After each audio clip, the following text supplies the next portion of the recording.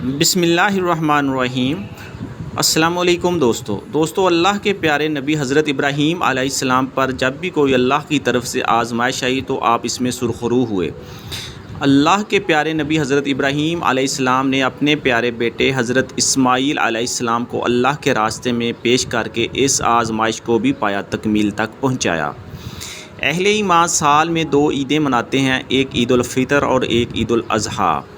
خدا کے برگزیدہ نبی اور پیغمبر حضرت ابراہیم علیہ السلام کو ابو الانبیاء اور خلیل اللہ بھی کہا جاتا ہے۔ مسلمانوں کی مقدس کتاب قرآن پاک کے علاوہ تورات اور انجیل میں بھی حضرت ابراہیم علیہ السلام کا ذکر ہے۔ مقدس کتاب تورات کی روح سے ابراہیم علیہ السلام 2200 سال قبل مسیح عراق کے قصبہ عرق جو کہ دریائے فرات کے کنارے واقع ہے وہاں پیدا ہوئے۔ آپ کے والد کا نام آزر تھا۔ آپ نے 200 سال عمر پائی۔ آپ کو قدس خلیل میں دفن کیا گیا۔ دوسری بات یہ کہ حضرت اسماعیل علیہ السلام کا نام اسماعیل کیوں رکھا گیا؟ حضرت ابراہیم علیہ السلام بڑھاپے کو پہنچ چکے تھے۔ آپ اپنے رب سے یوں دعا فرماتے، اسمع یا عیل، اے اللہ میری دعا سن لے، مجھے اولاد عطا فرما۔ ایل عبرانی زبان کا لفظ ہے جس کا مطلب عبرانی زبان میں رب العزت ہے، یعنی ایل عبرانی زبان میں رب العزت کا اسم غرامی ہے۔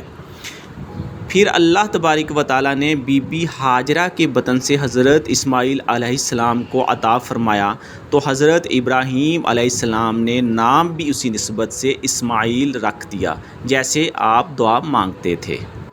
ایک شب حضرت ابراہیم علیہ السلام خواب میں دیکھتے ہیں کہ غیب سے آواز آتی ہے، اے میرے پیارے خلیل ابراہیم، اپنی سب سے پیاری چیز میرے راستے میں قربان کر۔ فوراً بیدار ہوتے ہیں اور صبح ہوتے ہی اپنا سارا مال راہ خدا میں پیش کر دیتے ہیں۔ پرسکون ہو کر رات کو سوتے ہیں کہ پھر خواب آتا ہے کہ اپنی سب سے پیاری چیز اللہ کے راستے میں پیش کر۔ اے ابراہیم، اپنی سب سے پیاری چیز میرے راستے میں قربان کر۔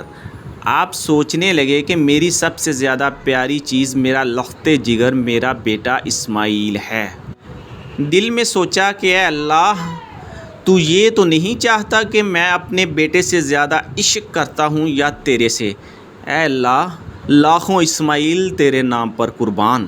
بس تو پھر حضرت ابراہیم علیہ السلام فوراً مکہ روانہ ہوئے اور اپنی بیوی بی بی ہاجرہ سے فرماتے ہیں کہ حضرت اسماعیل کو تیار کر دو، بیٹے کو تیار کر دو، اچھے سے کپڑے پہنا دو، خوشبو لگا دو، میں اسے اپنے دوست کے پاس لے کر جا رہا ہوں۔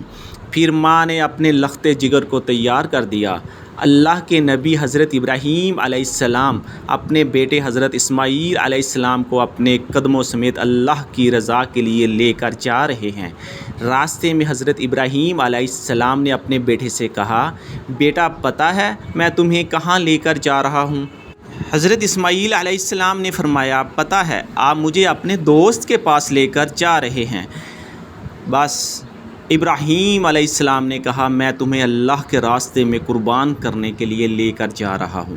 یہ کہنا ہی تھا کہ حضرت اسماعیل علیہ السلام نے فرمایا، اگر اللہ کی راہ میں مجھے قربان کر دیا جائے تو میرے لیے اس سے بڑی سعادت کی بات اور کیا ہو سکتی ہے، لیکن میری ایک وصیت ہے۔ حضرت اسماعیل علیہ السلام نے اپنے والد محترم حضرت ابراہیم علیہ السلام سے کہا کہ میری ایک وصیت ہے کہ آپ اپنی آنکھوں پر پٹی باندھ لینا، مجھے پتہ ہے کہ آپ مجھ سے بہت پیار کرتے ہو، مجھے تڑپتا ہوا آپ نہیں دیکھ سکتے۔